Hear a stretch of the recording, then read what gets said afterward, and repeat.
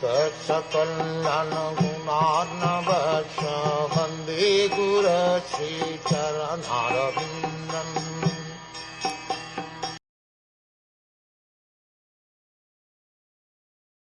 One should practice non-violence and truthfulness, should avoid thieving and be satisfied with possessing as much as he needs for his maintenance.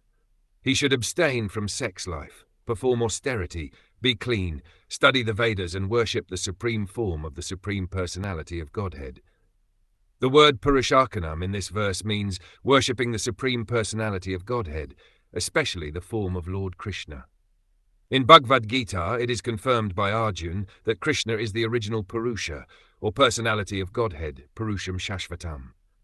Therefore, in yoga practice, one not only must concentrate his mind on the person of Krishna, but must also worship the form or deity of Krishna daily. A brahmachari practices celibacy, controlling his sex life.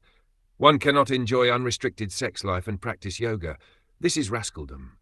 So-called yogis advertise that one can go on enjoying as one likes and simultaneously become a yogi, but this is totally unauthorized. It is very clearly explained here that one must observe celibacy. Brahmacharyam means that one leads his life simply in relationship with Brahman, or in full Krishna consciousness. Those who are too addicted to sex life cannot observe the regulations which will lead them to Krishna consciousness. Sex life should be restricted to persons who are married. A person whose sex life is restricted in marriage is also called a brahmachari. The word asteyam is also very important for a yogi. Asteyam means to refrain from theft. In the broader sense, everyone who accumulates more than he needs is a thief. According to spiritual communism, one cannot possess more than he needs for his personal maintenance.